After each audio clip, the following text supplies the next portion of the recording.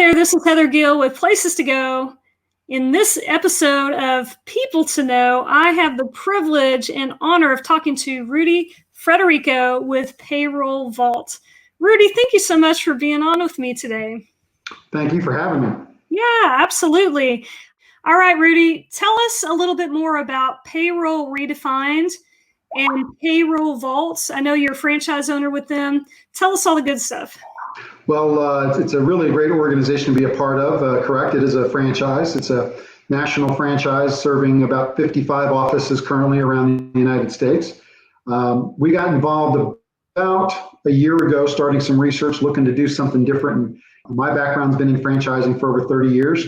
Okay. I made myself a list of what I was looking to get out of a franchise, what fit my budget, what fit my desire in terms of a business, and Payroll Vault checked all the boxes for me when I was doing my research.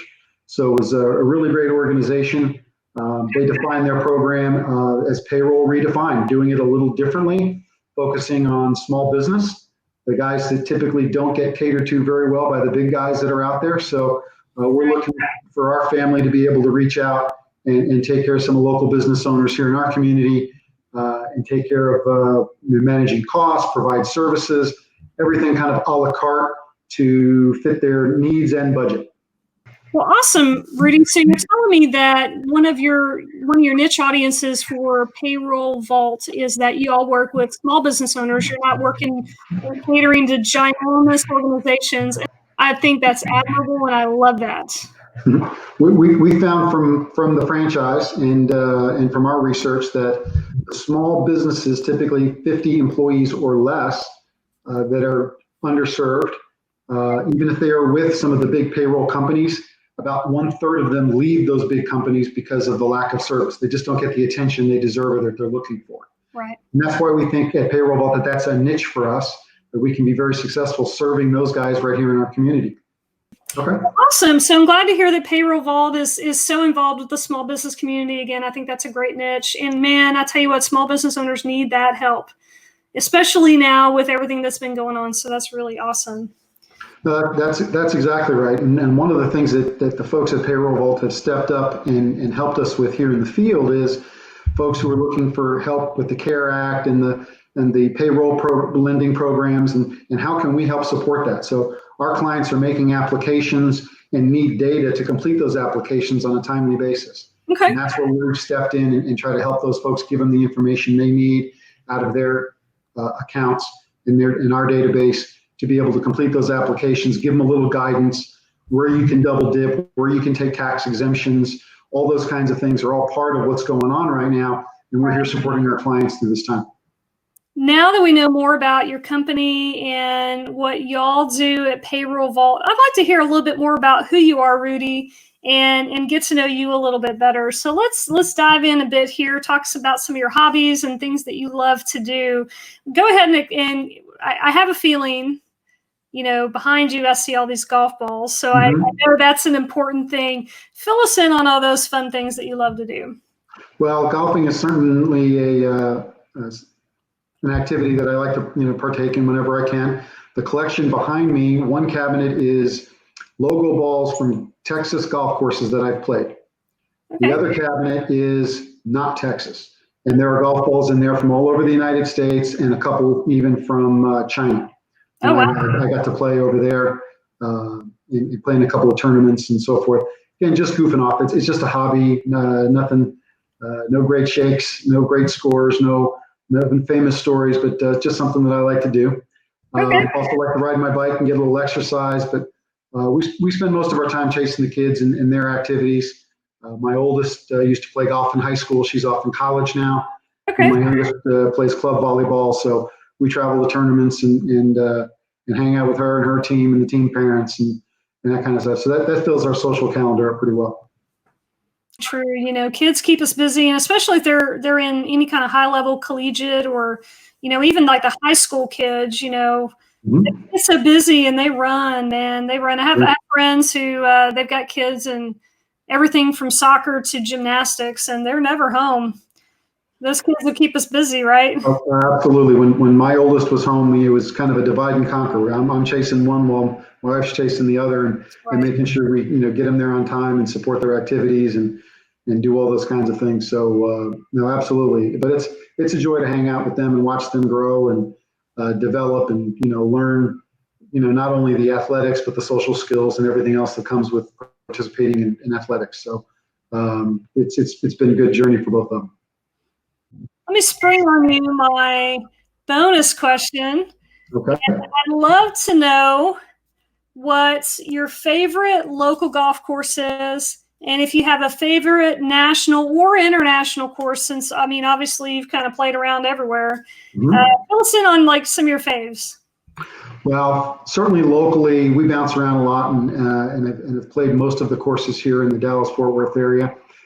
There's a place called Buffalo Creek out in Rockwall that probably is one of my favorite courses to play, the layout and so forth. And we've always had a good time when we get to play out there. Of course, Mr. Jones's Cowboy Golf Club here in Grapevine is a nice place to play, but you can only play those on special occasions. So nationally or internationally, I'd say Pebble Beach is on my list of places that I'd like to play out in California. Okay. And I did have a chance to play a place called Clearwater Bay in Hong Kong. And the course is on the cliffs overlooking the South China Sea. And so the vistas are spectacular, the wind's blowing, and it's just a great place for spend an afternoon. So I have a question. I'm not a golf pro by any stretch of the imagination. I've never really been golfing. I've done the driving, where you just, do top golf and stuff like that. That's about my extent. And putt-putt. I do okay on putt-putt. But I know that one of the things with golfing is you drive the little golf carts around, and I know a lot of golfers take their beer and they just go for the day, right? So in China, like, what's the drink of choice while you're out on the field? Is there like a particular brand or type, or is it different? Is it not different? I'm curious. It's just Chinese beer, as opposed to American beers or whatever. So where you can get an international beer here, there it's their domestic. So Tsingtao and things like that are beers that are made over there in Asia, and you get them there just like we get them here. That's awesome. You heard it here first, folks. Yeah. No, that's really, I love to travel. I love international stuff. So that's super cool to me. We had a great trip into South China to play in a tournament, and had to cross through out of Hong Kong into Macau and then into mainland China. Oh, wow. Go through all the customs things, and then we stayed at a resort and played golf for 3 days and played in a tournament with some incredible guys. Just had a lot of fun. Being overseas and participating in the event. No, sounds super cool. So, Rudy, I would love to hear your nuggets of wisdom. What would you like to share with the audience? If I had an opportunity to share something I think is important, at least has been important in my journey, and that is defining a clear why. What gets you out of bed in the morning? What gets you going? What starts your motor? And if you have a good why, then pursuing entrepreneurial dreams, things like that, tends to get you motivated. I think if your why doesn't make you cry, it's not strong enough, and you need to think about it a little harder. And so I spent some time putting some thought into mine, and it's something that I review every morning. It's on my planner that I check it off and make sure that I review it every day, along with some some daily affirmations to make sure I keep my focus.